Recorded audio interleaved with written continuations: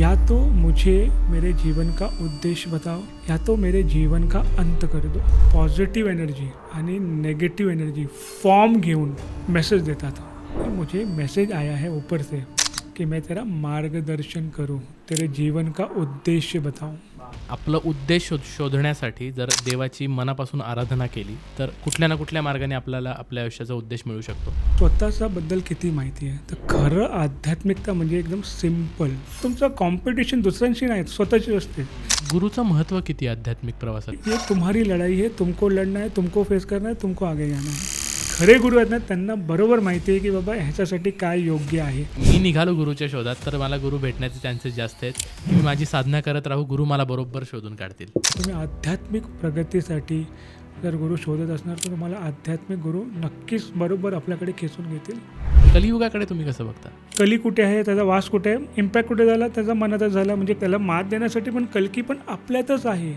आयुष्यात कुठलीही अशी घटना किंवा चॅलेंजेस आला तर ईश्वरनी आपल्याला तेवढा सक्षम बनवून ठेवलेला आहे की आपण ते मात करून पुढे जाऊ शकतो. तर ते समजून घेण्याची गरज आहे. हा संहार होऊन सत्य येईल असं आपली फिलॉसॉफी सांगते. सामान्य लोकांनी कसं तयार राहिलं पाहिजे या परिवर्तनासाठी? सप्रेम नमस्कार, विनंती विशेष मित्रांनो, द पोस्टमनमध्ये तुमचं पुन्हा एकदा स्वागत आहे. मी तुमचा पोस्टमन सर्वेश. आज घेऊन आलो आहे अध्यात्माचं पत्र. अनेकांना आजकाल आध्यात्मिक प्रगतीची आस लागलेली आहे, पण रस्ता सापडत नसतो. आणि विशेषतः तरुणाईमध्ये की आम्हाला स्पिरिच्युअलिटी हवी आहे, मानसिक शांतता हवी आहे आणि वयाच्या या टप्प्यापासून सुरुवात केल्यानंतरच आम्ही काही वर्षात ते अचीव करू शकतो का, असे अनेक प्रश्न असतात. तर त्या संदर्भातलं आजचं पत्र असणार आहे. आणि पत्र लिहिण्यासाठी एक लेखकच आलेत की ज्यांनी स्वतः माझी आध्यात्मिक शाळा या विषयावरचं पुस्तक लिहिलेलं आहे. आणि खूप त्याच्यामध्ये त्यांचा अभ्यास आहे आणि स्वतः संत परंपरेतले एक घटक आहेत आणि खूप रिस्पेक्टेड आहेत. आणि कधीकधी तुम्ही यूट्यूबवर त्यांचे प्रवचन ऐकले असतील, आस्था चॅनलवर पण त्यांना कधीतरी बघितलं असेल, श्रद्धा टी व्हीवर बघितलं असेल. तर आम्हाला वाटलं की हीच व्यक्ती योग्य आहे आध्यात्मिक पत्र तुमच्यासाठी लिहिण्यासाठी. आणि त्यांचं नाव आहे श्री श्री मित्रजीवजी. मित्रजीवजी नमस्कार, खूप खूप स्वागत आहे. आमचं खूप भाग्य आहे तुम्ही पोस्टमनवर आला आहात. छोटीशी त्यांची इंट्रोडक्शन करून देतो आणि गप्पांना सुरुवात करूया. ते मैत्रेय दादाश्रीजींचे थेट शिष्य आहेत. कामधेनू गोधाम ट्रस्ट असेल किंवा स्नेहसंस्कार गुरुकुल असेल त्याचे ते मॅनेजिंग ट्रस्टी आहेत. आणि आध्यात्मिक प्रगतीसाठी अनेकांना ते मार्गदर्शन करत असतात. स्वतः त्यांच्याकडे त्यांचं बोलणं ऐकून तुम्हाला आत्ता समजेल की त्यांची पण स्पिरिच्युअल ताकद किती आहे, त्यांचा त्यातला अभ्यास किती आहे. आणि मला वाटतं की खूप मजा येणार आहे. हे पत्र तुमच्यासाठी आम्ही घेऊन आलो आहेत, आमच्यासाठी पण एनलाइटनिंग असणार आहे. त्यामुळे हे शेवटपर्यंत नक्की बघा पत्र. आणि पोस्टमनला सबस्क्राईब केलं नसेल तर लगेच सबस्क्राईब करा. चला गप्पांना सुरुवात करूया.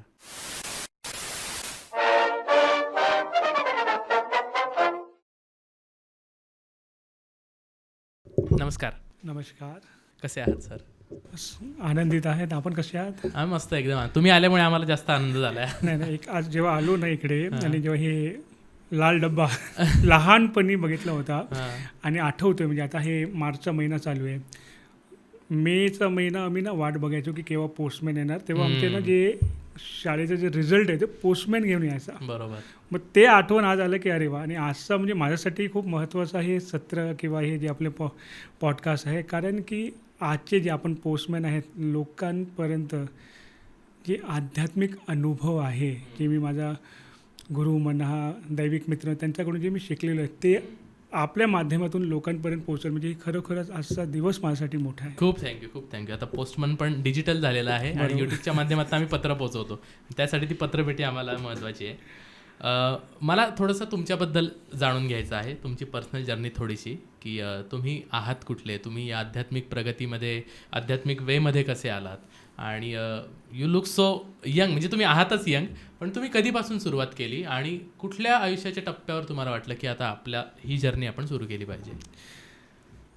खरं अर्थाने म्हणजे लहानपणापासूनच फॅमिली, मी एक चॉलमध्ये राहायचो, मित्रगण, फॅमिली तसं माझी धार्मिक आहे. धार्मिक शब्द वापरतो आहे कारण की नवरात्री साजरा करणे किंवा महाशिवरात्री ते सर्व घरात चालतो, होम हवन प्रॉपर.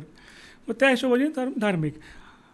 वडील माझे, आई माझी हनुमान चालीसा वाचायची, ते सर्व एक धार्मिक ते अंडरस्टँडिंग होतं. पण खरं अर्थाने जेव्हा मला आध्यात्मिकता आता जवळ मी जर गेलो तर माझा 12वा वाढदिवस, म्हणजे आजही मला आठवतो आहे ते दिवस की माझा 12वा वाढदिवस होता. लोक जमले होते, दुपारचा वेळ होता आणि आमचा एक हॉल होता. हॉलवरती ते बेडवरती लोकं जमलेली प्रोग्राम चालू होता आणि मी बेडवरती असंच बसलो होतो आणि बसता बसता एक अशी झोप आली, म्हणजे एकदम म्हणजे कांट कंट्रोल, असं की कोणतरी पुल करतो आहे तशी एक झोप. आणि झोपलो म्हणजे मी काय लहान मुलांना काय ते 12 वर्षात काय काय काय लोक आहेत कसं झोपूनच गेलो. आणि त्या झोपेत म्हणजे एक जे विजन पडला की 2 ऋषीमुनी आले आहेत आणि ते ऋषीमुनीजींना कोण पाठवलं आहे तर हनुमानजी. ते प्रॉपर दिसलं. ते ऋषीमुनी त्यांच्या हातात एक पोथी होती आणि एक रुद्राक्ष होता. आतापर्यंत मी जेवढ्या पॉडकास्टमध्ये होतं मी थोडा अर्धा इन्फॉर्मेशन दिलेला आणि मी पूर्ण आपल्याला इन्फॉर्मेशन देतो. Please please. तर ते 2 ऋषीमुनी आले. ते बोललेत की तुमच्यासाठी कॉल आहे, आता तुम्ही परत चला. बरं. हे एकदम असा शब्द होता त्यांचा की आता आता तुमचा वेळ झालेला आहे, परत जाऊया आता. तर मी बोललो परत जाऊया असं कसं? अजून तर माझं खरं जे अर्थाने ज्यासाठी मी आलो आहे, आता 12व्या वर्षात मला काही कळलं नाही, पण हे माझं कम्युनिकेशन बरोबर मला माहिती आहे. परत चला म्हणजे अजून तुम्ही माझे जे कार्यासाठी मी आले होते तर सुरुवात पण नाही केली, मी कसं परत जाऊ?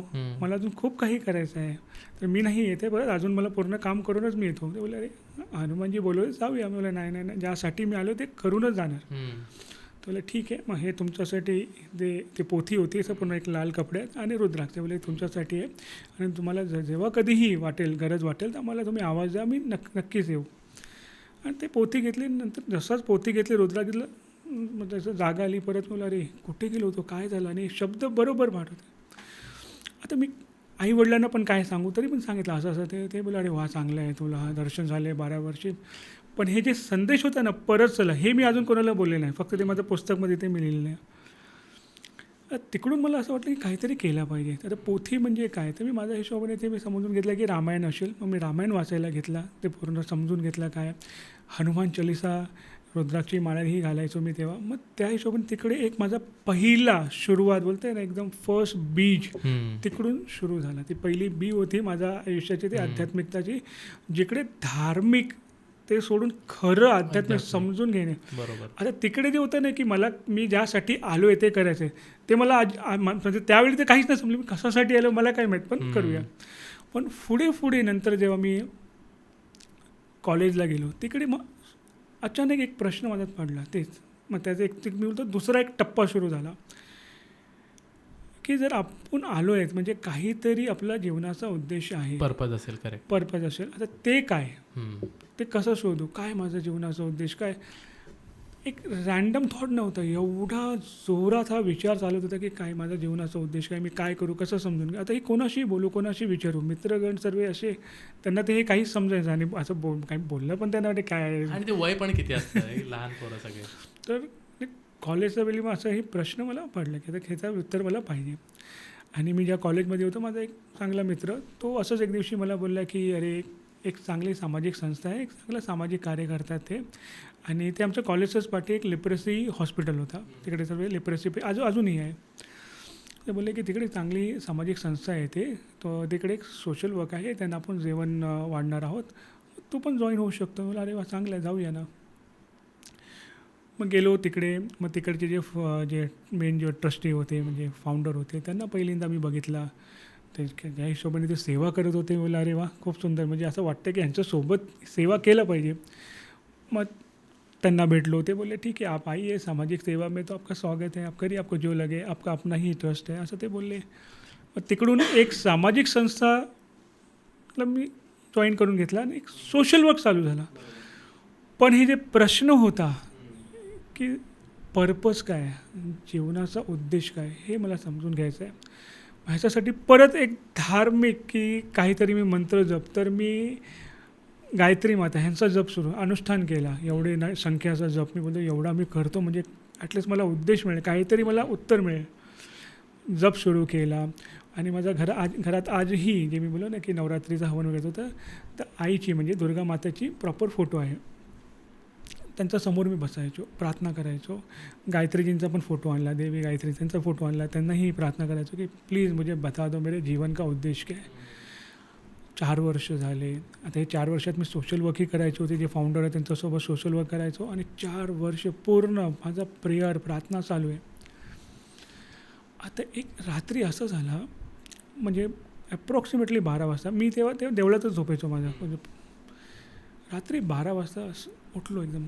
अचानक उठलो. अरे, आणि आईसमोर म्हणजे देवी मातासमोर बसलो आणि बोललो, आई, पहिल्यांदा ही प्रार्थना आली, या तो मुझे मेरे जीवन का उद्देश्य बताओ, या तो कुछ ऐसा कोई दो जो मेरा मार्गदर्शन करे. ओके.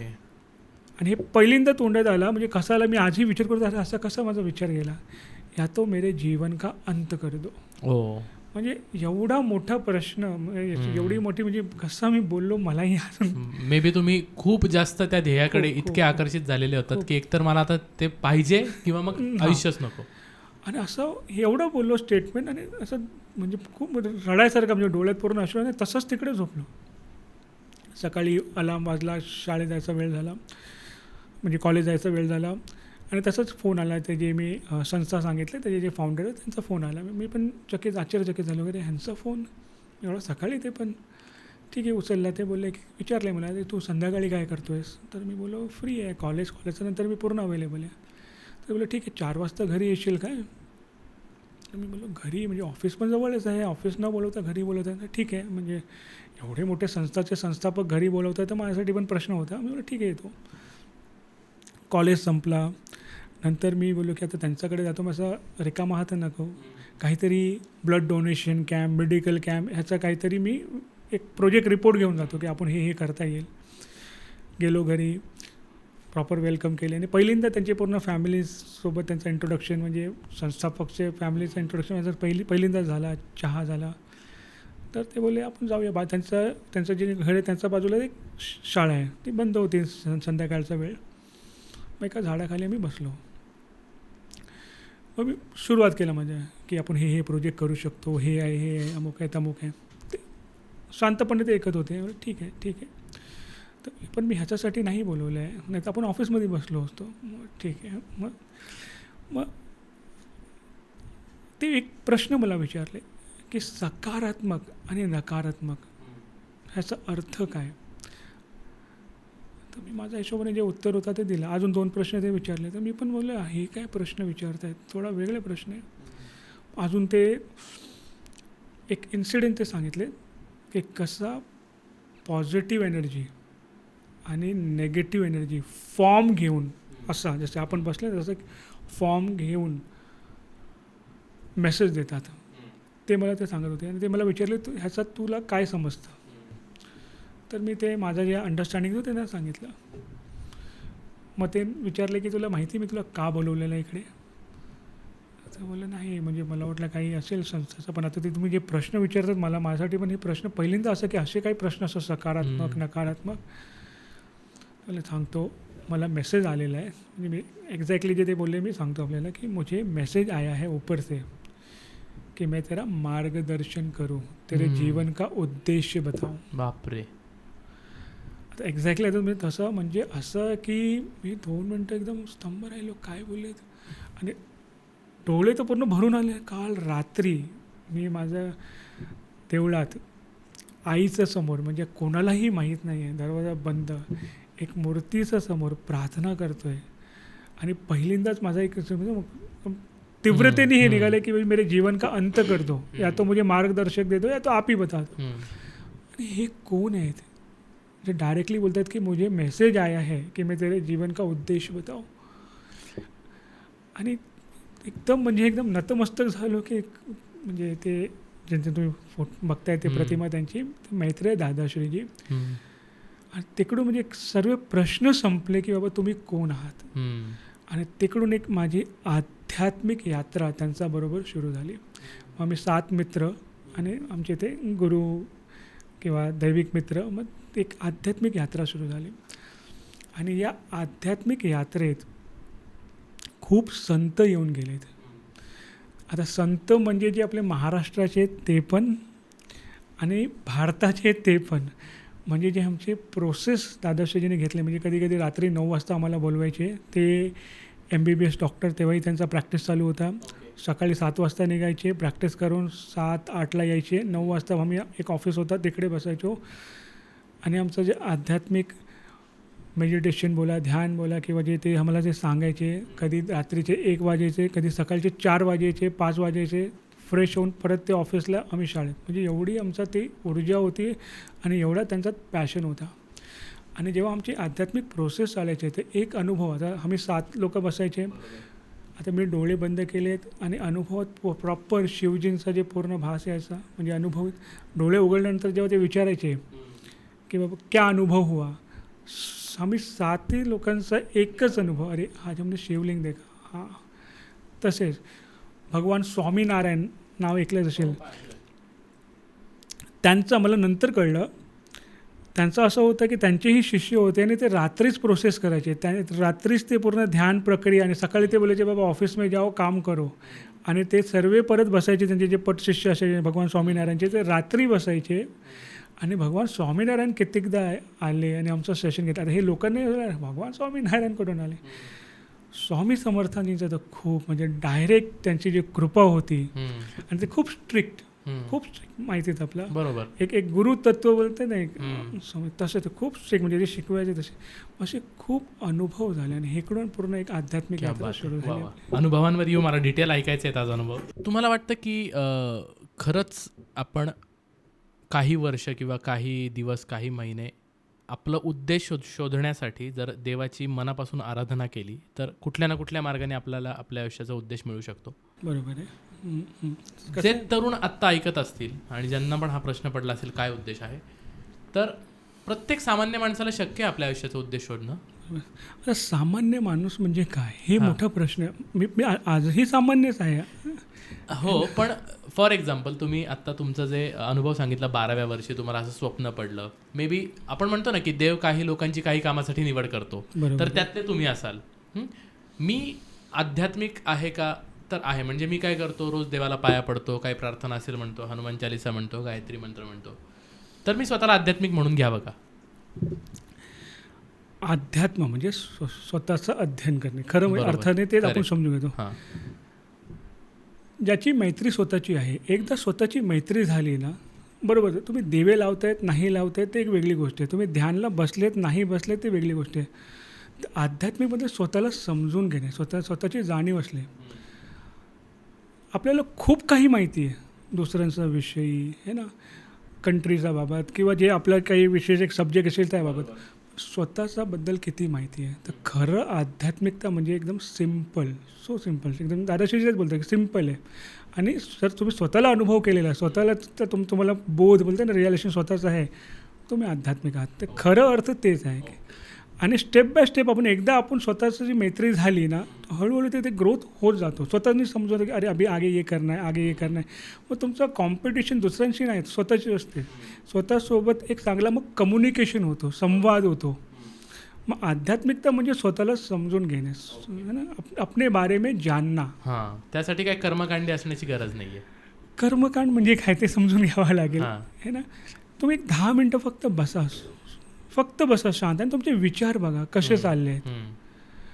म्हणजे विचार जेव्हा तुम्ही बघतायत ना, तुम्हाला समजतं की अरे मैं तो ऐसा सोच रहा हूँ, माझे थॉट असे आहेत, है ना. मी असा आहे, मी म्हणजे चांगलं आहे वाईट आहे ते नाही, पण मी असं आहे. एकदा ते समजलं ना, तर हे तर एवढा तर बेसिक करावंच लागेल. आता कोणाशी मैत्री करायची आहे तर थोडा वेळ द्यावा लागतो ना, तसं स्वतःशी मैत्री करायची तर थोडा वेळ स्वतःला द्यावा लागेल. आणि एकदा मैत्री की स्वतःशी झाली, मग ईश्वर म्हणजे ते खरं मित्र आहे ते पण आपल्याला समजेल. मग त्यांच्याशी संवाद कसा करायचा ते समजेल. मग हे सामान्य माणसासाठीच आहे, याच्यासाठी काही विशेष काहीच नाही आहे. इंटरेस्टिंग. तुमची फार इंटरेस्टिंग जर्नी आत्ता ऐकत होतो, मी गुंग झालो होतो खूप. दादाश्रींबद्दल आम्हाला थोडंसं जाणून घ्यायचं. म्हणजे खरं म्हणजे त्यांचा बाबत सांगणे म्हणजे खरंच सौभाग्य आहे. कारण की आज इकडे बसलेले तुमच्यासोबत बोलते त्यांचीच कृपा खऱ्या अर्थाने. आणि कालही त्यांना बोलत होतो की दादा मी चाललो इकडे असं असं. मग ते बोलले अच्छा मराठी, म्हणजे तो बोलला हां मराठी. बोलले तू कधी मराठी शिकलास? मला दादा आपलं म्हणजे आता महाराष्ट्रात आणि आपल्याबाबत बोलायच्या लोकांना तर मराठी मी शिकतो आहे. तर मैत्रे दादाशी मी त्यांना 2001 साली भेटलो. तेव्हा ते जे सांगितलं ना, ते पहिल्यांदा तिकडे ते लेप्रेसी हॉस्पिटलमध्ये तेव्हा ते MBBSचा त्यांचा प्रॅक्टिस चालू होता. आणि माझा प्रवास जे माझा स्पिरिच्युअल एन्काउंटर ही आपल्याला सांगितलं. पण जे त्यांचा प्रवास होता ॲज MBBS डॉक्टर, ते प्रॅक्टिस करायचे एक गव्हर्मेंट हॉस्पिटलमध्ये. मग त्यांच्या जीवनाचं एक घटना जिकडे एक 12 किंवा 14 वर्षाचा मुलगा, त्याचा हात फ्रॅक्चर झाला होता ॲक्सिडेंटमुळे. रात्रीचा वेळ होता. मग दादाश्रीजीच ते ॲज अ डॉक्टर बँडेड लावत होते. मग तो त्या मुलगाचा बेडच्या खाली 2 मुली, छोटी मुली, म्हणजे तिचीच बहीण होती, ती झोपली होती. मग दादाश्रीजी बघले, विचारले की बाबा हे मुली कोण? तर बोलले माझीच बहीण आहे. मग इकडे का? म्हणजे एवढा रात्री इकडे का? घरी नाही. तर बोला घरी कोण नाही आहे.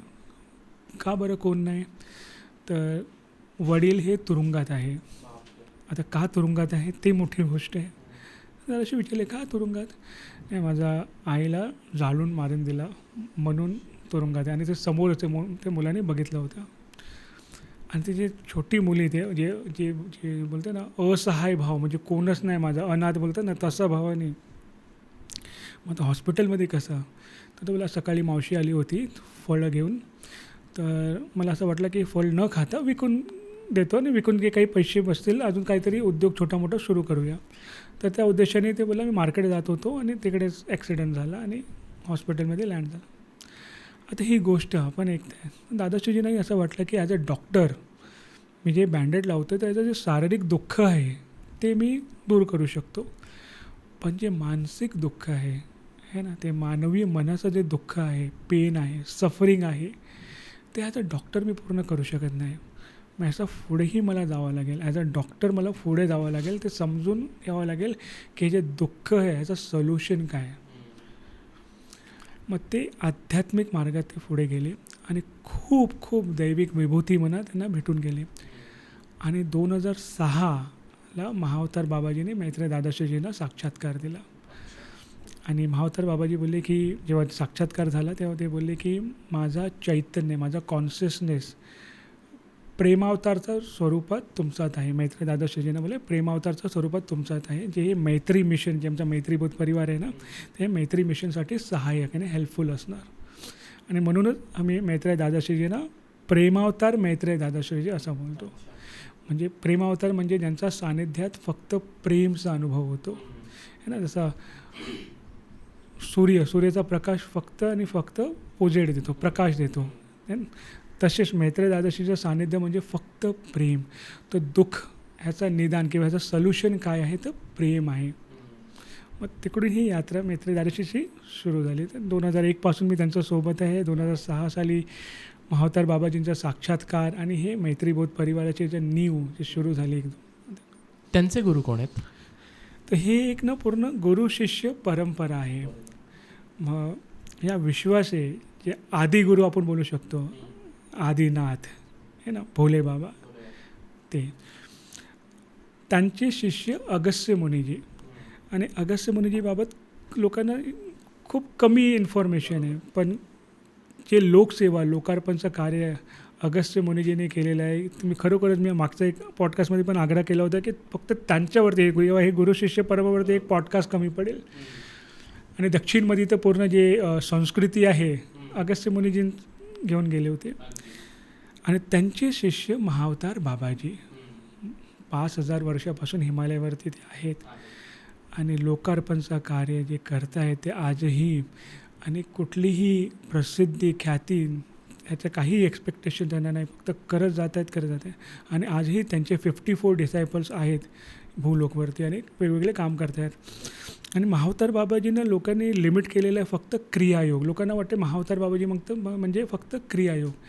ही इज बियॉन्ड क्रियायोग. आणि त्यांचे शिष्य मैत्रेय दादाश्रीजी. मग असं हे गुरुशिष्य परंपरा आहे. आणि आमच्यासाठी खऱ्या अर्थाने बाबाजी आणि दादाश्रीजी एकच चैतन्य आहे ना. बोलते ना 2 साइड ऑफ सेम कॉईन, तसे आहेत. त्या हिशोबाने ते काम करत आहेत. अच्छा. या प्रवासात गुरुचं महत्त्व किती आध्यात्मिक प्रवासात एखाद्याच्या? म्हणजे गुरु केल्यानंतर आध्यात्मिक प्रगती पटकन झाली किंवा लाईफचं एम असेल किंवा बाकी आपल्याला जे हवं आहे त्या मार्गातून ते पटकन मिळतं, हे किती सत्य आहे? म्हणजे खरंच खूप सुंदर प्रश्न आपण विचारलेत. आता एक प्रसंग सांगतो मी. म्हणजे मी आता जसं बोलतोय ना ते बरोबर ते जे ठिकाण आहे ते मला बरोबर आठवतं आहे की म्हणजे कसा मी काहीतरी एक विषय होता थोडा काय बोललं ना परेशान थोडासा असा की अरे काय चाललेलं आहे, हे कसं करायचं, ते कसं, एकदम थोडं चिंतित होतो. चिंतामध्ये मी वॉक करत होतो काय करायचं. आणि तेव्हाच दादाश्रीजींचा फोन आला. फ़ोन केले, बोला हाँ दादा. तर ते हमारा हिंदी में बात होत आहे, फिर मी पण मराठीत मी प्रयत्न करतो की काय झालं, काय विचारत आहेस का. तर मला ह्यांना कसं कळलं. बोला हां दादा, एक थोडा एक होता प्रसंग होता, तर विचार करत होतो. तर ते बोले काय करतोस, एक मुंगी चावली तरी पण तू रडतोस. हे काहीच नाही आहे. खऱ्या अर्थाने होता ना, उन्हें हिंदी में बोला था कि तू शेर के मुंह में जाके आना चाहिए. तो चींटी काटती है तो भी रोता है, इतना छोटा नहीं है तू, इतना कमज़ोर नहीं है तू. तो एक शेर के मुंह में जाके आ, अगर तो शेर अप्रोच कर रहा है ना, तो उसके मुंह में जाके आ और देख के आ क्या है. फेस इट, चॅलेंज आहे ना, उसको फेस करो और आगे जाओ. मग गुरु म्हणजे तुमचं जे अस्तित्व आहे किंवा तुमची जी स्ट्रेंथ आहे ते तुम्हाला जाणीव करून देणारा खऱ्या अर्थाने, आणि सोबत उभा राहतो, पण तुम्हालाच पुढे करणार की भाई ये तुम्हारी लढाई है, तुमको लढना है, तुमको फेस करना है, तुमको आगे जाना है. मग सक्षम करणारा खऱ्या अर्थाने ते गुरु. म्हणजे एक बोलता बोलता म्हणजे एक सुंदर गोष्ट आठवते आपले स्वामी समर्थ, कारण आणि आपल्या महाराष्ट्राच्या लोकांना स्वामी समर्थजी म्हणजे खूप त्यांच्या जीवनाचा एक प्रसंग. इकडे एक त्यांचे भक्त, त्या भक्ताची आई आणि त्यांची बायको स्वामीजींकडे गेले. तो भक्त बोलला की स्वामीजी, माझं पूर्ण आयुष्य आता तुमचं चरणी, मला फक्त तुमची सेवा करायची आहे. स्वामीजी माहिती आहे ना एकदम थोडा काय करशील बोल. तुम्ही जे बोलाल मी साफसफाई करेल, किंवा तुम्ही बोला मी तुम्हाला गीता वाचून दाखवतो, मला वाचता चांगला येतो, मी तुम्हाला ते गीताचा ते भावार्थ ते मी वाचून दाखवतो, ते सर्व करतो. तर स्वामीजी बोलतात, हे जे मी लिहिलेलं आहे तू मला वाचून दाखवशील, तू मला ह्याचा अर्थ सांगशील. आणि सेवे करण्यासाठी मध्ये खूप लोक आहेत आणि तिकडे पूर्ण जमा होते लोक, त्यांच्या समोरही पूर्ण संवाद चालू होता. तर ते बोलले, स्वामीजी तुम्ही जे बोला ते केलं. तर स्वामीजी बोलले, तुझी तेवढी पात्रता नाही, सेवा करण्याची तुझी पात्रता नाही, निघ इकडून. माहिती ना, ते डायरेक्ट बोलायचे, निघ इकडून, परत यायचा नाही. तो हे रडायला लागलं स्वामीजी, निघ बोललो तर निघ. आता सेवेत पण त्याला बाहेर केलं. आता बायको पण होती, आई पण होती. आता हा विचार करतोय की अरे म्हणजे असा काय माझ्याकडून घडला की स्वामीजी मला जवळ नाही घेतलेत. आता स्वामीजीच नाही जवळ घेतले, मग मी काय करावा. रात्र दिवस फक्त रडणे विचारात की अरे स्वामीजी मला जवळ घेतले नाही, मी काय करू. आठवडा गेला, पूर्ण ते ग्लानी होते ना, ग्लानीच बोलतात ना मराठीत, ते पूर्ण एकदम हां, म्हणजे पूर्ण आठवडा फक्त रडणे विचारात काय करू. असं मला स्वामीजी जवळ नाही घेत आहे, स्वामीजीनेच मला म्हणजे ते बोलतात ना हकलून काढलं आहे सर्वांच्या समोर. सकाळी उठली तर बघतायत की तो घरी नाही, तो घरातून निघून गेला जंगलात, की आता मी तपस्या करतो जाऊन, की मला स्वामीजी जवळ नाही घेतले. आता आई बघते, अरे माझा मुलगा दिसत नाही, बायको बघते, अरे माझा हजबंड दिसत नाही, शोधायला लागले कुठे गेले. रडत रडत ते दोघेही गेले स्वामीजीकडे की अरे स्वामीजी तो कुठे पळून गेला माहीत नाही बघा. स्वामीजी जिकडे बसले तिकडूनच हाक देतात त्याचं नावाने. तो जंगलात बसलेला आहे ध्यानमध्ये की अरे आता मी जप करतो, आता स्वामीजीचकडे जायचं. मग स्वामीजी तिकडून हाक देतात, आवाज इकडे येतो, अरे स्वामीजीचा आवाज आहे, स्वामीजी बोलवत आहेत. तसाच तो धावत सुटतो आणि धावत सुटतो परत स्वामीजीच्या चरणी. अरे स्वामीजी तुम्ही आवाज दिलेत. हो मीच आवाज दिला. अरे तुला माझी सेवा करायची होती ना, कोण करणार, तू कुठे जंगलात जाऊन बसला, सेवा कर. ते बघ ते गीता ठेवलेलं वाचून दाखव, मला समजावून सांग. हां असं बघतो, अरे स्वामीजी मागचा आठवड्यात तुम्ही मला इकडे हकलून काढलं होतं आणि आता ते तुम्हीच बोलले होते की माझी पात्रता नाही. तर स्वामीजी बोलले, हो खरं बोलत होतं, तेव्हा तुझी पात्रता नव्हती, कारण की तुझे एवढे संचित कर्म होते ते गुरुसेवासाठी किंवा गुरु कृपेचा पात्र नव्हता. तर तू जर इकडे सेवा केला असतात तरीही मला वाटतं एक आयुष्य कमी पडलं असता बापरे ते संपायला. पण जे एक आठवडा जे तू ते जे ग्लानीमध्ये होतास, जे ते तपचे आतमध्ये तुझं हवन चालू होता ना, ते रडण्याचा आणि लॉंगिंग म्हणतात ना, मला पाहिजे स्वामीजी पाहिजे, ते जे लॉंगिंग जे होता ते पूर्ण तुझं जे कर्म आहे ते संपला. आता तू एकदम फ्रेश आहेस, नवीन आहे. आता तू इकडे नवीन कर्म सुरू करू शकतो. मग गुरु यांना माहिती आहे की तुम्हाला काय, कधी असं वाटतं नाही का रे गुरु आम्हाला पनिशमेंट देत आहेत.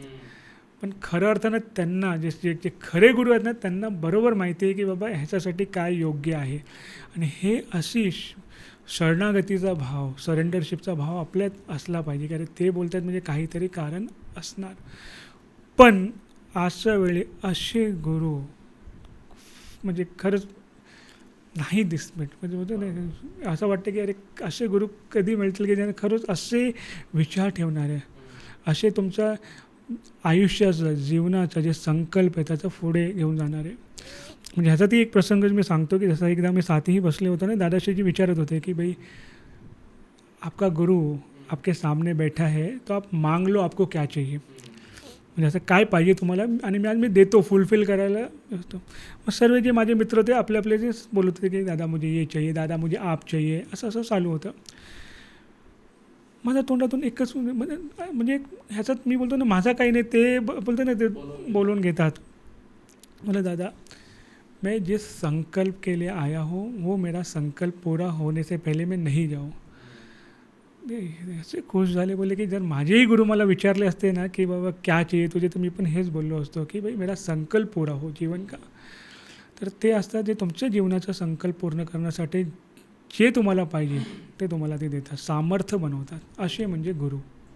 मला आत्ता खूप इच्छा होती तुमचा आयुष्याचा संकल्प किंवा उद्देश काय जाणून घ्यायची, पण मला माहिती आहे कदाचित तुम्ही ते उत्तर देणार नाही.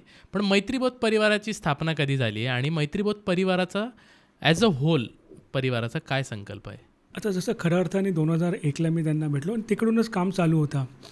पण या भौतिक जगात मैत्रीबोध परिवार 2013 यावर्षी सुरू झालं. संकल्प आता जे आपण म्हणजे पोस्टमॅन आपण जे काम करताना खरं म्हणजे तेच आहे की ट्रान्सफॉर्मेशन, परिवर्तन, म्हणजे आपण आपला जे बेस्ट व्हर्जन आहे है ना त्याला अनुभव करावा, हे एक मेन संकल्प आहे की हर कोई अपने बेस्ट वर्जन को समझे. तसेच ईश्वर की कृपा सबके दिलों तक पहुंचाना आणि हेल्प इज ऑलवेज अवेलेबल. आम्ही आहोत, तुम्हाला कुठले मार्गदर्शन, मदत, एक खरा मित्र म्हणून आम्ही आहोत सोबत, हे एक आहे. तसेच मैत्रीबोध परिवार एक सोशिओ स्पिरिच्युअल ऑर्गनायझेशन आहे. आमचे सामाजिक कार्य पण आहेत आणि आध्यात्मिक कार्य पण आहेत. कारण की दादाश्री जे बोलतात की जे संदेश आहे ते फक्त संदेश किंवा मेसेज फक्त ते तुम्हाला दिला तेवढा झाला नाही, ते संदेश स्वतः ते जगावा. मग त्यासाठी आमचे सोशल प्रोजेक्ट खूप चालतात. जसं की आमचा गौशाला आहे जिकडे बूढ़ी बीमार गायों का ध्यान रखना, तसेच स्नेहसंस्कार गुरुकुल, त्याच्यात मैत्री संस्कार हे एक प्रोजेक्ट पूर्ण भारतात आमचा चाललेला आहे की मुलात म्हणजे छोटे छोटे जे मुलं आहेत त्यांचा संस्कार, बेसिक संस्कार, मैत्री म्हणजे काय, क्षमा म्हणजे काय, प्युरिटी म्हणजे काय, ते त्यांना माहितीच आहे पण ते असंच राहावं, ते इनोसेंट निरागस भाव आहे त्यांचं, तेच असं राहावा. मग सुमारे 10,000 मुलांपेक्षा जास्त त्यांना आमची ते ट्रेनिंग चालवली आहे. आदर्श मैत्री ग्राम हे एक आमचा प्रोजेक्ट चालवला आहे की म्हणजे कसं एक गाव म्हणजे एक, कारण की एक मोठा जे आमचा प्रकल्प आहे, एक विश्व, एक परिवार, एक सत्य, मग त्याचा एक छोटा वर्जन मैत्री आदर्श ग्राम, जिकडे आम्ही सर्व एकत्र राहून कसं एकमेकांना मदत करणे, ऑर्गॅनिक फार्मिंग, म्हणजे कारण की धरती म्हणजे त्यात रासायनिक ते टाकण्याचं खरंच चांगलं नाही. मग ऑर्गॅनिक शेती कसं करायची, तिकडेच एम्प्लॉयमेंट कसा जनरेट करायचा, नेचरची मैत्री, खरं म्हणजे गावातच ते आहे पण आता तेही लुप्त होत चाललेलं आहे, संपत चाललेलं आहे. पण ते परत सुरू करण्याचा प्रयत्न की बाबा ही धरती म्हणजे आपली आई, त्यांच्याशी मैत्री करा. मग ते एक प्रोजेक्ट.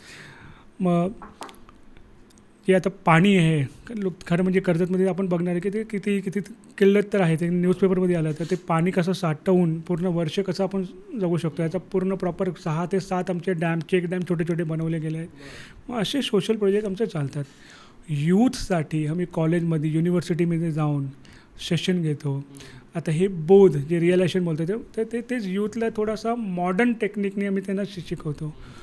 कॉर्पोरेट वर्ल्डमध्ये, कारण की असं सध्या आपल्याला माहितीच आहे कॉर्पोरेट वर्ल्ड कसं आहे, फक्त पैशाने तेच, त्याच्यात रिलेशनशिप कशी मेंटेन करायची, स्ट्रेस हा कसा दूर करून काम करायचं, आणि तेच पोलीस स्टेशनमध्ये पण जाऊन ते आपले पोलीस अधिकारी त्यांच्यासाठी, म्हणजे एक त्याचाही अनुभव मी सांगतो की एका नाव नाही घेत, म्हणजे तिकडे एक तुरुंगात ते कैदींसाठी आमचा सत्र होता ठरलेला. आणि मी गेलो होतो तिकडे. मग त्यांचे जे जेलर होते ते बोलले की सर आज अपना कैदियों के लिए मत लो, उनसे ज़्यादा हम लोग स्ट्रेस में हैं, हम पुलिस वालों के लिए लो, आप इनके लिए कभी और लो, लोग तो इधर सब गुन्हा करके आए, उनके लिए आप क्या सेशन लोगे. मग ते पोलीसवाल्यांसाठी आम्ही त्या दिवशी सेशन घेतलं आणि ते पुरा एक सिरीज आता आमचं ते चालू आहे. मग दादाश्रीजी जे संदेश देतात ते एक सोशल प्रोजेक्टच्या माध्यमातून आम्ही करतोय. तर एक विश्व, एक परिवार, एक सत्य हे संकल्प आणि ईश्वर यांची कृपा है ना, सब तक पहुंचाना हे एक संकल्प आणि आम्ही ॲज एक फ्रेंड, मित्र म्हणून आपण आहोत. आणि या काळी खरं म्हणजे जे स्वार्थ है ना ज्या प्रमाणात वाढलेलं आहे. एक्झॅक्टली, मी आता तेच म्हणणार होतो की इतकं मोठं मिशन घेऊन भारतात खूप लोक काम करतायत किंवा जगाला शांती देण्याचा संदेश भारत करतोय, पण आज जगात जी परिस्थिती आहे बरोबर ती बघून तुमच्यासारख्या लोकांना काय वाटतं? होपफुल आहात तुम्ही? होपफुल म्हणजे आपला हे एक बोलतो संकल्पच आहे जीवनाचा. कारण की असं कसं दादाजी ते सांगतात की दोन असतात, एक सक्रिय आणि एक निष्क्रिय, असे दोन समाजाचे लोक असतात. बरोबर. निष्क्रिय म्हणजे कसं, अरे सब जगह नेगेटिव्हिटी है, लोक ऐसे ही है, लोक असेच असतात, सरकार अशी आहे, ते असं हां काहीच होणार नाही, हे झालं निष्क्रिय, फक्त बसा आणि ब्लेम करा. सक्रिय म्हणजे सतत प्रयत्न करणारे की माझ्या हातात काय मी ते करणार. आज आपण मला बोलवले, मी आलो, हे माझं मी बोललो अरे काय क्यों पॉडकास्ट में जाने का क्या होगा, हेच बस म्हणजे मी पण निष्क्रिय, फक्त ब्लेम ब्लेम ब्लेम. तर जसं बोलता ना की एक फिक्स चांगला एक सुंदर डायलॉग आहे की देश ने मेरे लिए क्या किया ये सोचणे अच्छा अच्छा मैंने देश के लिए क्या किया वो सोचू. तर तसं समाजासाठी जगासाठी मी काय करतो आहे, माझा कॉन्ट्रीब्युशन काय आहे, काहीतरी कुठेतरी पोचवा. आज आपल्या पॉडकास्टमध्ये लाखो लोक बघतील, त्यामध्ये एक लोकांना 1 2 3 4 5 10 लोकांना तर वाटेल अरे काहीतरी चांगला ते बोललेत, जोडला पाहिजे. जसं मी बोलतो हेल्प इज ऑलवेज अवेलेबल. तर संकल्पच हेच आहे आमचा की बाबा मैत्रीचा भाव सर्वांत पोसावा. कारण की जे स्वार्थ आपण बोलतो ना आता की स्वार्थ एवढा वाढले आहे यावेळी, तर स्वार्थचा समाधान काय, सोल्युशन काय, तर मैत्री. तर मैत्रीचा भाव वाढवणे हेच आमचा संकल्प आहे. क्या बात.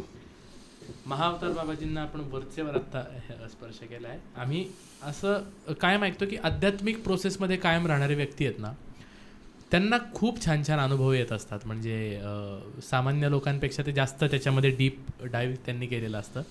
तुमचे काही अनुभव आम्हाला ऐकायला आवडतील. तुम्हाला कसे चैतन्य रूपाने किंवा प्रत्यक्ष रूपाने कधी काही अनुभव आलेत किंवा दादाश्रींचे पण असतील किंवा तुमच्या सहकाऱ्यांचे पण असतील? मी सहकाऱ्यांचं नक्कीच सांगायला इच्छितो. म्हणजे एक पंजाबचे एक डिवोटी आहेत, हल्लीच त्यांचा एक ॲक्सिडेंट झाला होता. म्हणजे ते पगडी घालतात, पंजाबी आहे, ते पगडी घालतात आणि त्यांचा ॲक्सिडेंट असा झाला की म्हणजे खूप मोठा त्यांना इकडे ते घात झालेला. संध्याकाळ रात्रीच्या वेळी त्यांचा ते ॲक्सिडेंट झाला होता. मग हॉस्पिटलमध्ये ते होते, डॉक्टर आले, चेकअप झाला, आम्ही बघितलं की खूप मोठा म्हणजे मार खूप मोठा होता. ते बोलले की स्टिचिंग करावं लागेल, मग ऑपरेशन होईल, मग उद्या आम्ही ऑपरेशन करू, स्टिचिंग करू. आता बिंग पंजाबी सिख त्यांना असं वाटलं आता स्टिचिंग म्हणजे थोडं त्यांना केस कापावं लागतील एवढे, बरोबर. आणि मग पगडी टर्बन घालायला, मग त्यांच्या मनात असं आलं की अरे माझं ऑपरेशन नाही झालं पाहिजे.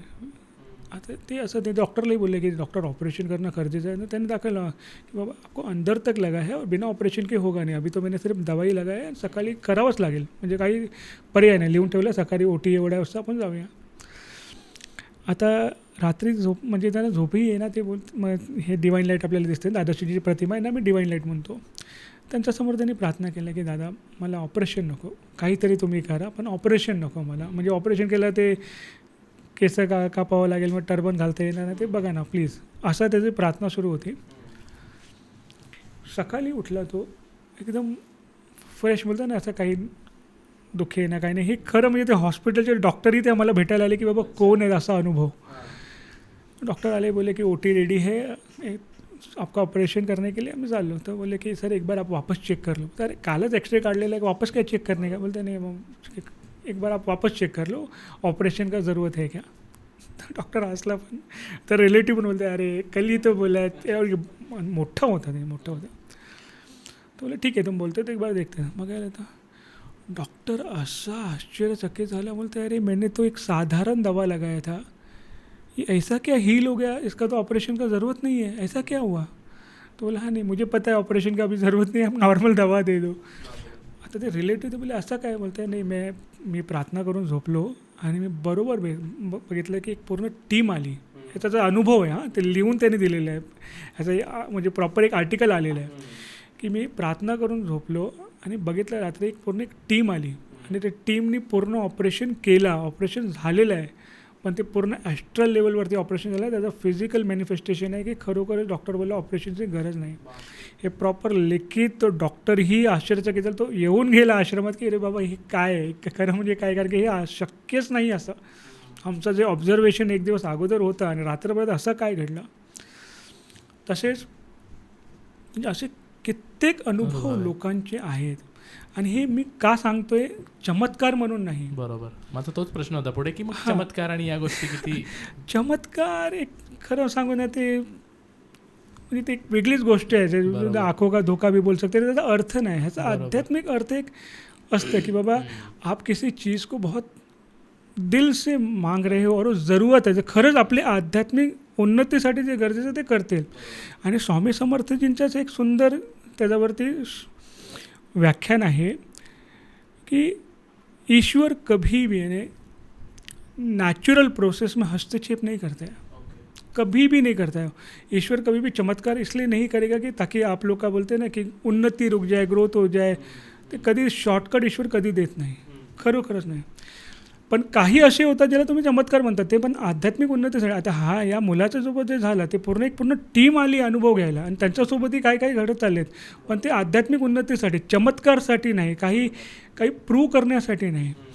आता अजून एक जे आपला आश्रम जे आपण विचारत होते तिकडची एक गोष्ट, आपला आश्रम शांतीक्षेत्र प्रेमगिरी आश्रम म्हणून कधी नक्कीच आपण यावे. आणि भीमाशंकरचे पायथी ते पूर्ण परिसर आहे. आणि जेव्हा मी शोधत होतो जागा 2008-09 आम्ही खूप जागा शोधलो. इवन काही लोक आले बोले की हम आपको डोनेट करते, पनवेलला डोनेट करते, अच्छा जगह आहे, 1 एकर 2.5 एकर. पण दादाशी जी कशी जागा शोधत होती त्यांनाच माहीत होतं. शोधता मी कर्जतला गेलो, मग तिकडे म्हटलं मग दादाशी त्या जागेवरती जेव्हा गेले तेव्हा स्वतः महावतार बाबाजी परत अपियर झाले तिकडे परत. मग समजलं की बाबा हे तपोभूमी आहे, हे जागा घेतली पाहिजे. बरोबर भीमाशंकरचा पायथीशी. आणि जेव्हा आपण एंटर पण करणार ना आश्रमात तर समोरच एक असा डोंगर आहे, म्हणजे ते डोंगर म्हणजे प्रॉपर शिवलिंगच दिसतो. म्हणजे जे मी बोलतो आपण जेव्हा अनुभव, मी आम्हाला फोटोही तुम्हाला पाठवतो, मी तुम्हाला पॉडकास्टला दाखवता येईल. आणि तसे जर अजून आतमध्ये शिरलो तर जे आदिशक्ती मा यांचा जे मंदिर आहे आणि त्याचा कळश आहे, त्याचा कळशचा पाठी पण असा डोंगर आहे की ते बरोबर शिवलिंग आणि त्याचा खाली नंदी असं पूर्ण त्याचं स्वरूपच असं बनलेलं आहे. म्हणजे एवढा नैसर्गिक त्याची आध्यात्मिक ऊर्जाच अशी आहे की आध्यात्मिक प्रगती उन्नतीसाठी एकदम परफेक्ट जागा. म्हणजे आपण बसणार, अनुभव करणार. तर या आश्रमात कसं आहे की पाणी जे येतं ते एक विहीर आहे, मग तिकडूनच पाईपलाईन घेतलेलं आहे. आणि जेव्हा मी गेलो होतो तेव्हाच गावाल्याने रिक्वेस्ट केला होता की आम्हाला इकडे एक पाईपलाईन आणि तसेच मोटर, तर आम्ही डोनेशन वगैरे काढून मोटर लावून दिला. आणि एक म्युच्युअल अंडरस्टँडिंग होती की एवढं पाणी गावासाठी, एवढं पाणी आश्रमासाठी सतत येईल. मग काही वर्ष अगोदर थोडा तरी मिसअंडरस्टँडिंग झाला.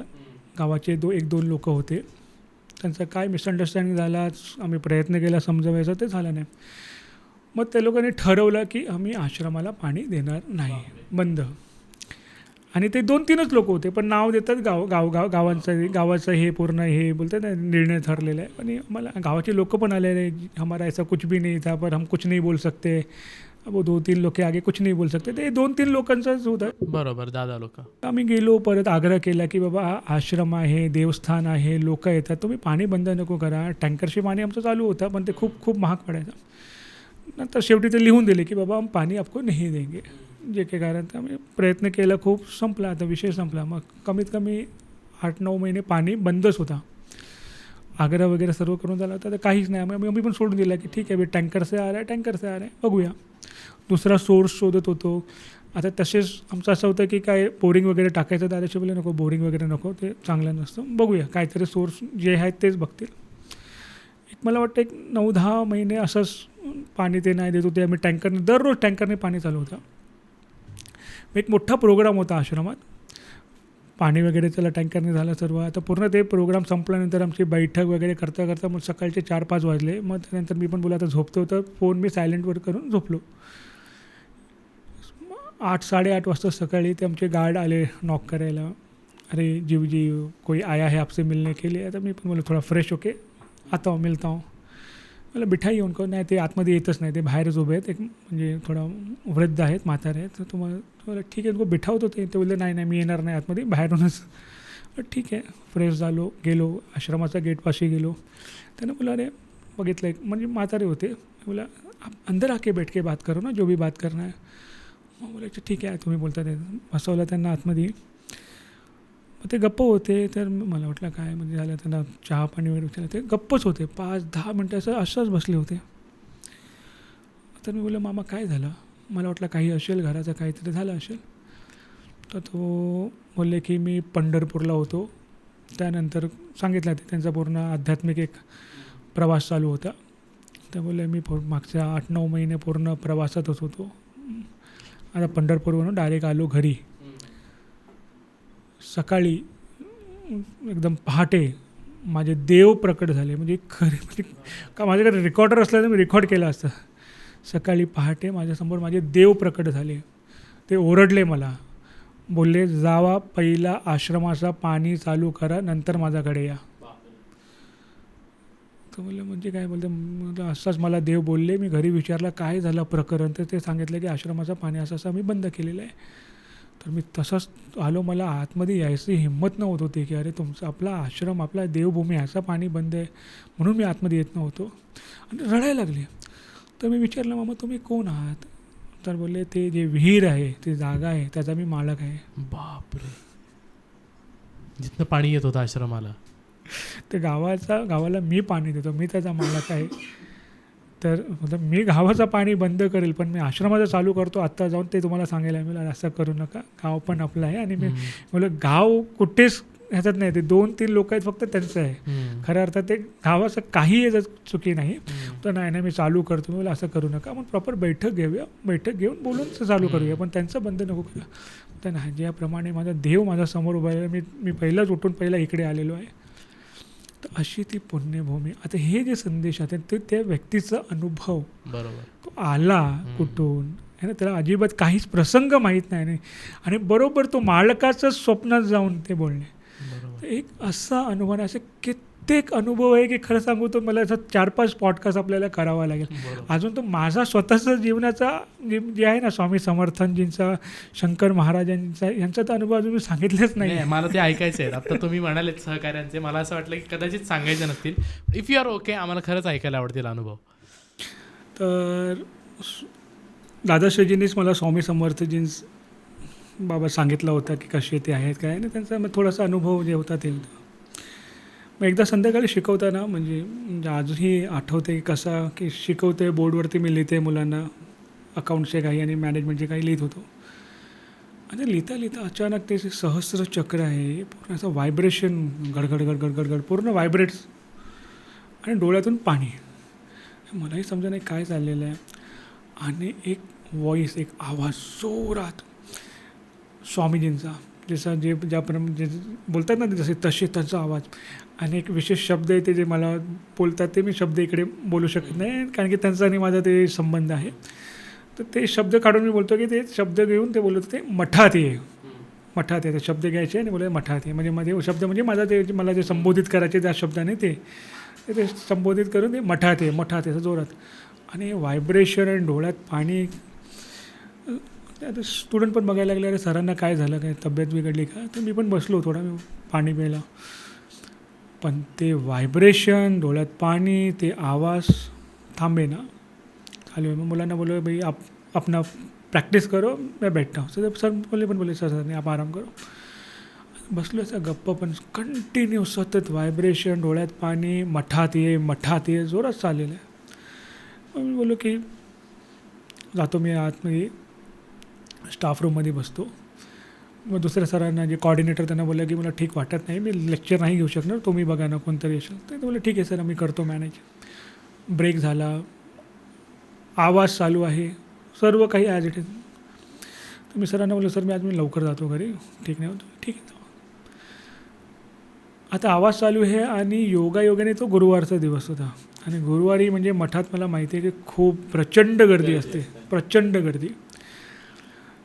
तर आता मी परलला आहे, मला माहिती आहे की दादरला मठ आहे स्वामीजींचा. मी बोललो, स्वामीजी मी एवढा लांब येणार नाही, सकाळी परत मला कॉलेजला जायचं आहे, ऑलरेडी 7:30-7:30 वाजले आणि म्हणजे एकदम पीक आवर आहे, एवढा लांब मी येणार आहे. असं माझं कम्युनिकेशन चाललं आहे. म्हणजे काय त्यांचं प्रेम असेल ते त्यांनाच माहिती.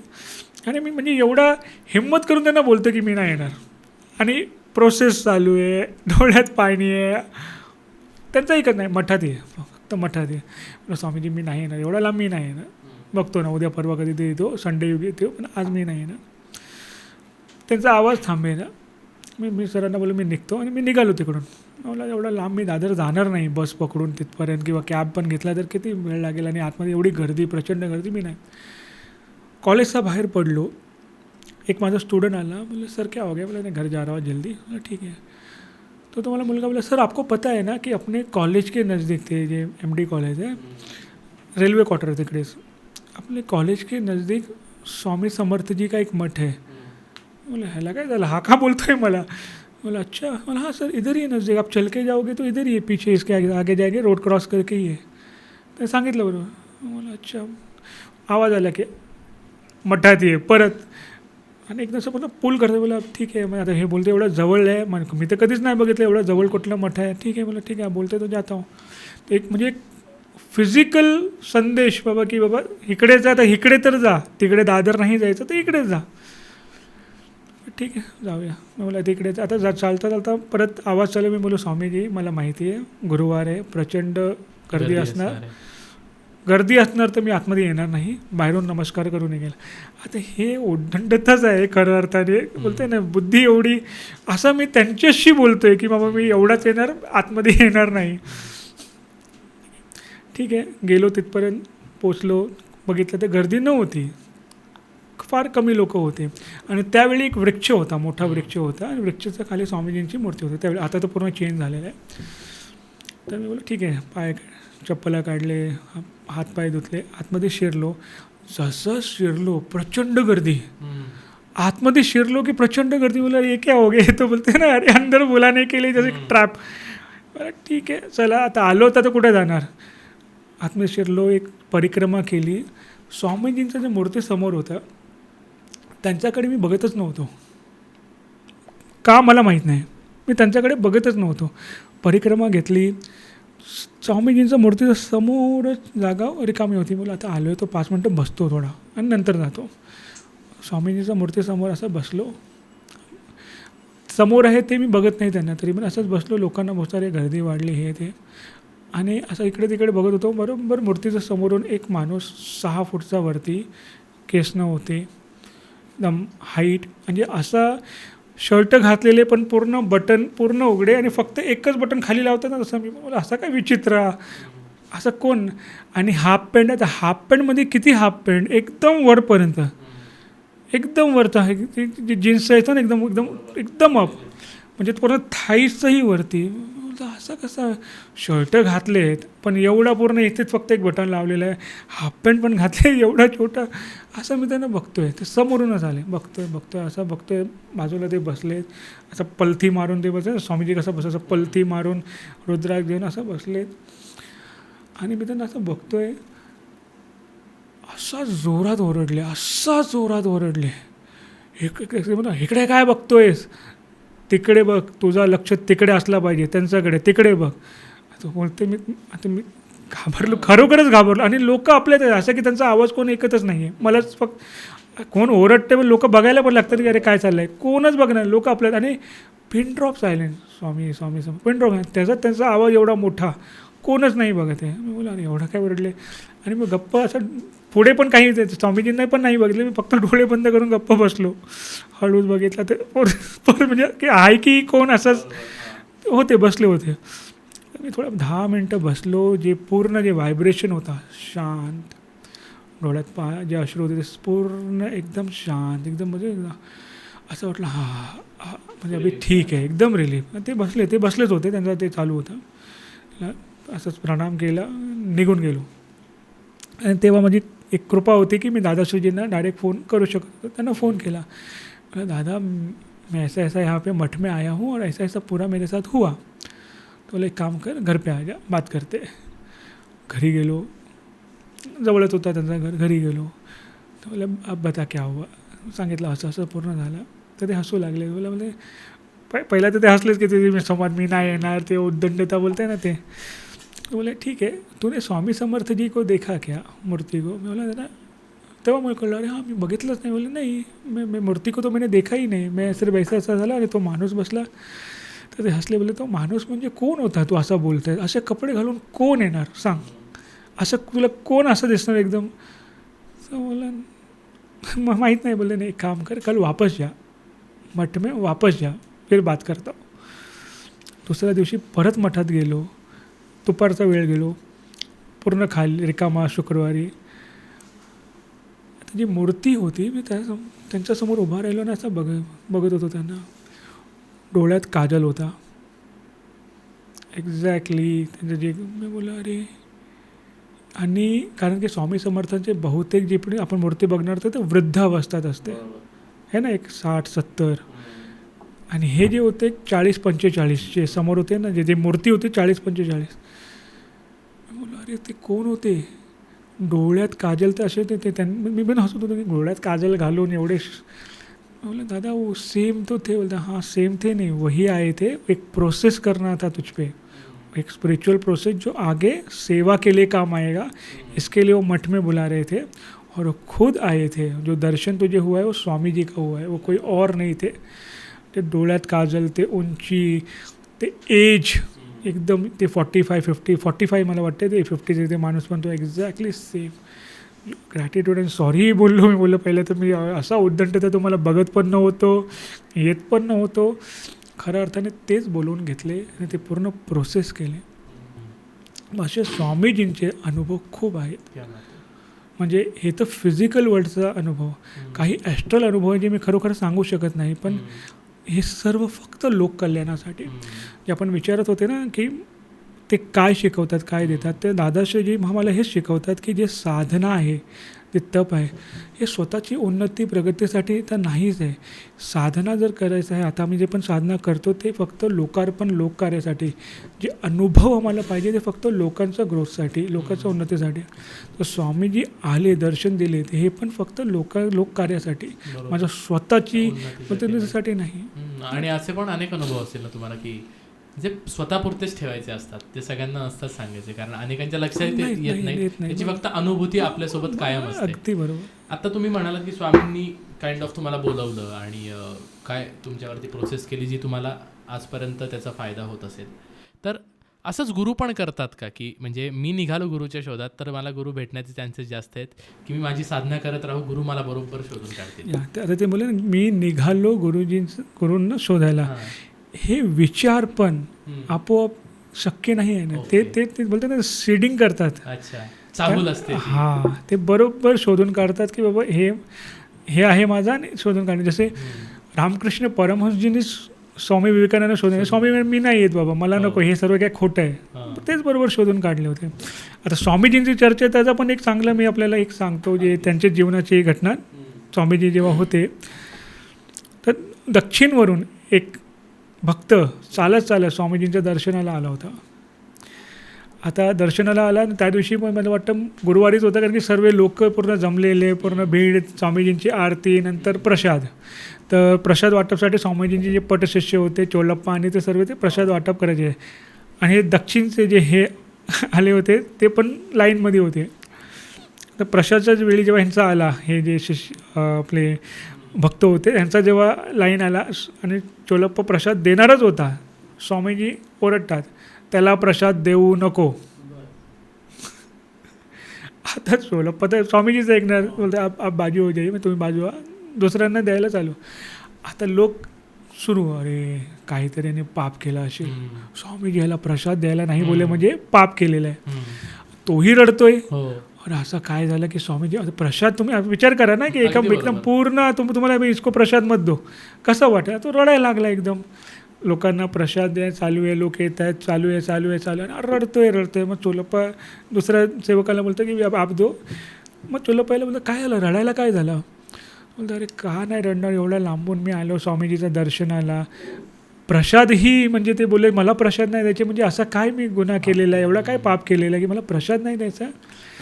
आता पटशिष्य यांना समजतं की गुरु काय बोलत आहे. तर बोलतं अरे उलट तुमच्यावर स्वामीजीची कृपा झाली आहे. तर बोलतं ही कुठली कृपा, प्रसाद नाही. मिळत नाही कुठली कृपा. बोलतो सांगतो, एक परंपरा असते, शिष्य सेवक यांचा प्रसादावर पहिला हक्क कधीच नसतो. सर्व जे भक्त आले आहेत त्यांना प्रसाद दिल्यानंतरच तुम्हाला प्रसाद मिळेल. खरं अर्थाने तुम्हाला स्वामीजी शिष्य म्हणून स्वीकारले आहेत, म्हणून बोलले याला प्रसाद देऊ नको. तर बरोबर शोधून काढतात आणि हे आपल्याला कळत नाही खऱ्या अर्थाने. आणि खरंच वाईट वाटतो की आजच्या वेळी जे लोकांना जे बोलते ना, धोका हो गया मेरे साथ, ऐसे गुरु मिले वैसे गुरु मिले. खऱ्या अर्थाने तुम्ही कसे गुरु शोधतायत हे अर्थ आहे. तुम्ही आध्यात्मिक प्रगतीसाठी जर गुरु शोधत असणार तर तुम्हाला आध्यात्मिक गुरु नक्कीच बरोबर आपल्याकडे खेचून घेतील. वा, कलियुग सुरू आहे आणि आध्यात्मिक प्रगतीच्या आडी येणाऱ्या गोष्टी अनेक कलियुगामध्ये आहेत. म्हणजे खूप अशी बाहेर काही आकृष्ट करणारी किंवा तुमच्या ह्याच्यात बाधा आणणारी आणि ज्याला लोक खूप असे पटकन बळी पडू शकतात अशा अनेक गोष्टी समाजात. कलियुगाकडे तुम्ही कसं बघता? आता हे जे मैत्र दादाश्री आम्हाला जे शिकवतात, समजवतात आणि जे आमचा अनुभव आहे, आता कलियुगचा आरंभ, सुरुवात जसं झालं आपल्याला माहितीच आहे की राजा परीक्षित है ना यांचा देशात कलियुग जेव्हा प्रवेश करत होता आणि प्रॉपर परमिशन घेऊन गेला की बाबा मैं आपके देश में आ रहा हूँ, मुझे परमिशन दो. आणि त्याचा प्रभाव सर्वात पहिला ते राजा परीक्षितवरती आणि ते पूर्ण प्रभाव म्हणजे त्याच्यातच गेला. मग असा प्रभाव झाला की विवेक बुद्धी बोलते ना खो गया आणि काही असे कृती झाले की 7 दिवसात राजा परीक्षित गेले. पण खऱ्या अर्थाने ते बोललं गेलं की त्या राजा परीक्षितचे काही चुकी नव्हता, ते कलीचा प्रभाव इफेक्ट होता. पण तो कली कुठे होता? राजा परीक्षितचा आतमध्ये होता, बरोबर. ते इफेक्ट, ते इम्पॅक्ट होता. आता कली कुठे आहे? इम्पॅक्ट कुठे झाला? त्याचा मनातच झाला. म्हणजे कली कुठे आहे? त्याचा वास कुठे आहे? आतमध्येच आहे. मग कली ह्याचा वध करणारा म्हणजे कोण? समाप्त करणारा कोण? म्हणजे कल्की. मग कल्की कुठे असणार? जर जिकडे कली आहे तिकडे कल्की असणार. म्हणजे कल्की पण कुठे आहे? आपल्यातच आहे ना. त्याला मात देण्यासाठी पण कल्की पण आपल्यातच आहे. आपण कसं बघतो? आपला दृष्टिकोन कसा आहे? किती पॉझिटिव्ह आणि किती निगेटिव्ह, कुठल्या गोष्टीवरती आपण जास्त लक्ष देतो. मग कली पण आपल्यातच आहे, कल्की पण आपल्यातच आहे. आता हे जाणीव करून देणारा म्हणजे खऱ्या अर्थाने ते सानिध्य, ते गुरुचा किंवा ईश्वरचा जो चरणी गेला त्याला बरोबर समजेल आणि तसंच करून गेला. म्हणजे एक संत एकनाथजींचं जे जीवनाचं असं होतं ना की त्यांचे गुरु यांनी प्रार्थना केल्या की संत एकनाथजीने देवाचं दर्शन व्हावा आणि भगवान दत्तगुरूचं दर्शनही झालं. संत एकनाथजींना दर्शन घेतला, परत आश्रमात गेले आणि काम करायला लागले. गुरुजी बोलले अरे तुला माहिती आहे तू काय झालं तुझ्याबद्दल? बोलतो हां माहिती आहे. काय झालं? बोलते भगवान दत्तगुरू यांचं दर्शन झाले. बोलते अरे ते भगवान होते. तर बोल हां भगवान होते. अरे मग तू असा कसं, म्हणजे काही बोलते ना एक हॅपीनेस नाही, काही नाही, एकदम नॉर्मल कसा? मग संत एकनाथजी काय बोलतात की पण गुरुजी तुमच्यात मला दत्तगुरू दिसतात. जेव्हा मी दत्तगुरूजींना बघत होतो मग मला काही डिफरन्स वाटला नाही. मला असं वाटतं तुम्हीच उभे आहात. मग मी तुमचे दर्शन करतो म्हणजे दररोज त्यांचेच दर्शन करतो, म्हणून मला काही डिफरन्स दिसला नाही. तर ती भावना जी आहे ना आतमध्येच होते. आता हे पॉडकास्टच्या माध्यमातून जे मी बोलतो आहे की कली पण आपल्यातच आहे आणि बाय डिफॉल्ट आहे, पण कल्की खरोखरच आपल्यातच आहे. म्हणजे ईश्वरने कोणालाही असं सोडून नाही दिलं आहे की बाबा इम्पॅक्ट झालेला आहे आता तू काही करू शकत नाही. असं बोलतो की ते सक्षमही केलेलं आहे. आयुष्यात कुठलीही अशी घटना किंवा चॅलेंजेस आला तर ईश्वरने आपल्याला तेवढा सक्षम बनवून ठेवलेला आहे की आपण ते मात करून पुढे जाऊ शकतो. फक्त ते समजून घेण्याची गरज आहे. आणि ईश्वर कसा काम करतो, जे ईश्वरचे काम करण्याचे जे 4 भाग आहेत ते आपल्याला म्हणजे आज पॉडकास्टच्या माध्यमातून नक्कीच शेअर करणार. पहिला जे भाग आहे ते सत्य. सत्य म्हणजे काय? जे आपल्या हृदयात प्रकाशित होतं, जे आपल्याला माहिती आहे, आपली विवेकबुद्धी. एक चोर पण जेव्हा चोरी करायला जातो ना तर आतमधून आवाज येतो की बाबा हे नाही, नको करू, हे बरोबर नाही, कुठली कृती.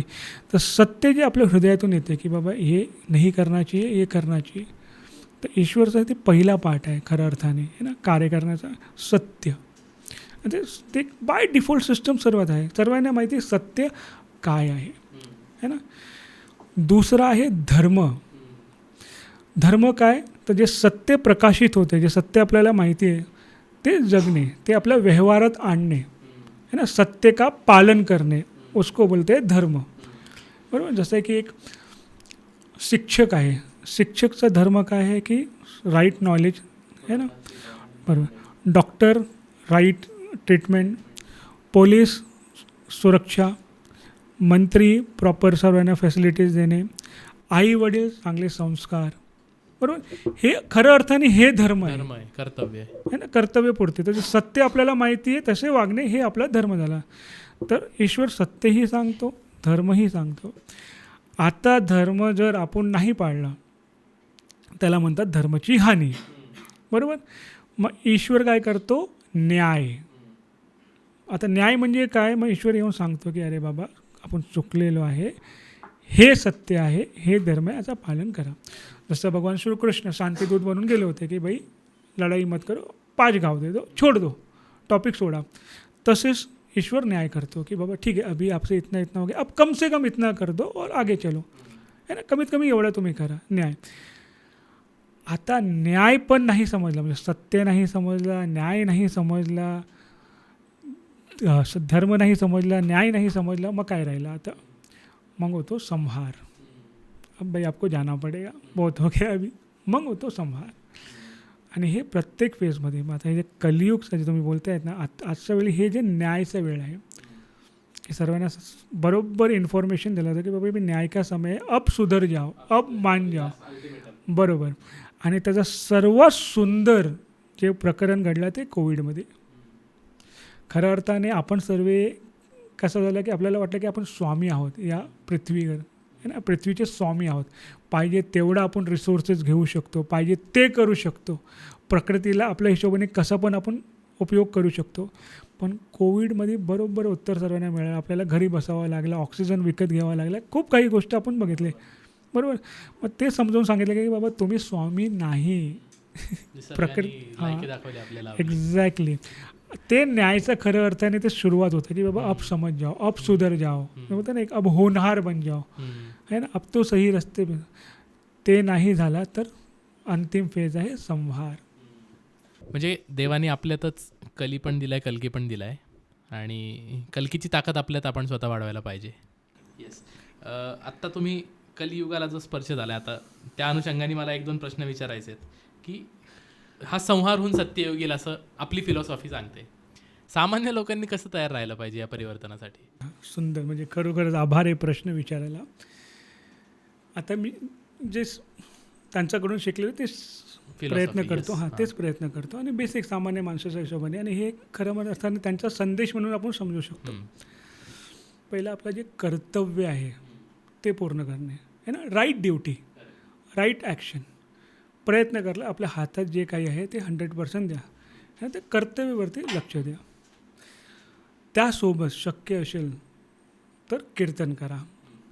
कीर्तन म्हणजे काय, आपले देव, आपले आराध्य यांची स्तुती, यांचं नाव घेणे, ते कीर्तन. आणि त्यांची प्रशंसा करणे. आता त्यांची प्रशंसा म्हणजे त्यांना काय प्रशंसा पाहिजे काय, तर नाही. ते कुठे आहेत, आपल्या हृदयात आहेत. मी बोलू ना, कलकी पे अपने पास आहेत. मग त्यांची प्रशंसा करतो, मग खऱ्या अर्थाने आपण आपल्याच हृदयात आपले जे दैविकता आहेत त्यांना जागृत करतो. मग कीर्तनचं खरं ते अर्थ आहे की तुम्ही कीर्तन करताना नाव इकडूनच येतो आहे. आता कोणाला मी जर समजा काही वाईट बोलतो आहे ना, अपशब्द बोलतो आहे, त्याची ऊर्जा चांगली नाही आहे, पण ती निघाली कुठून, इकडूनच. मग इम्पॅक्ट इकडेच येणार. तसंच स्तुती, है ना, चांगली गोष्ट, है ना, सुमिरन त्यांचा जे करतो इकडून येतो. मग ती दैविकता पण इकडून सुरू होते. मग कर्तव्य पूर्ण करा, कीर्तन करा. तसंच एक येतो कथा, कथन त्याला म्हणतात, नॉट कथा, सॉरी, कथन. तर कथन काय आहे, तर कम्युनिकेशन, संवाद.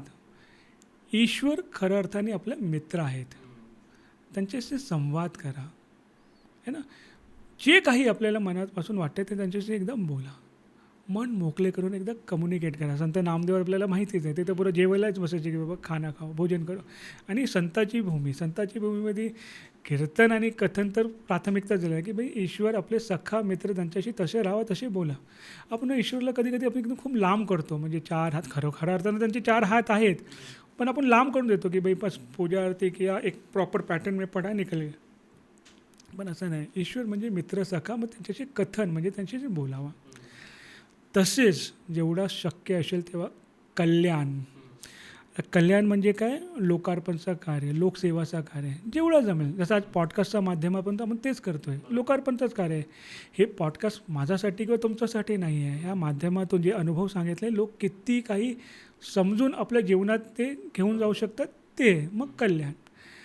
आणि लास्टचा मोस्ट इम्पॉर्टंट जे आहे कृपा, सर्वांपर्यंत जे कृपा आहे, ईश्वरची कृपा ते पोचवा है ना. म्हणजे तुमच्या जीवनात पण कृपा आहे, माझ्या जीवनात पण कृपा आहे, तर एक आपण सर्वांपर्यंत कसं पोचवू शकतो, तर कृपा ते पोचवायचा प्रयत्न करा. तर एक सर्वसामान्य माणसासाठी हे पाचही केले तर खूप सुंदर. कुठलं एकही केलं ना, एकही तरी ऑटोमॅटिकली सर्व कवर होतील. तर ज्यांना असं वाटत नाही की बाबा देव आहे की नाही आहे, विश्वास आहे की नाही, मग ॲटलिस्ट कर्तव्य पूर्ण करा. बरोबर, म्हणजेच धर्माच्या रस्त्यावर चाला. तुम्ही कर्तव्य पूर्ण करतायत, बरोबर.